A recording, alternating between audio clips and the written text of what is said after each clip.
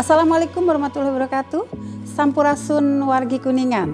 Kami kantor imigrasi kelas 1 TPI Cirebon kembali menghadirkan layanan inovasi unggulan imigrasi masuk desa di Kabupaten Kuningan.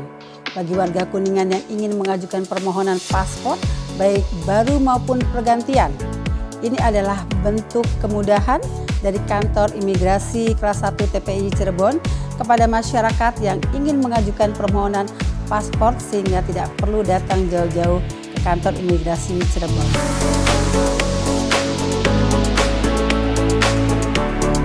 Saat ini layanan imigrasi masuk desa sudah dilaksanakan di Kecamatan Kuningan, tepatnya di Kelurahan Ciporang dan Kecamatan Kadugede. Dan selanjutnya akan dilaksanakan di Kecamatan Cilimus pada tanggal 6-7 Maret. Dan yang terakhir di Kecamatan Tulungagung pada tanggal 13-14 Maret 2023. Jadi warga Kuningan, jangan sampai melewatkan kesempatan ini. Kami tunggu kedatangan Anda. Wassalamualaikum warahmatullahi wabarakatuh.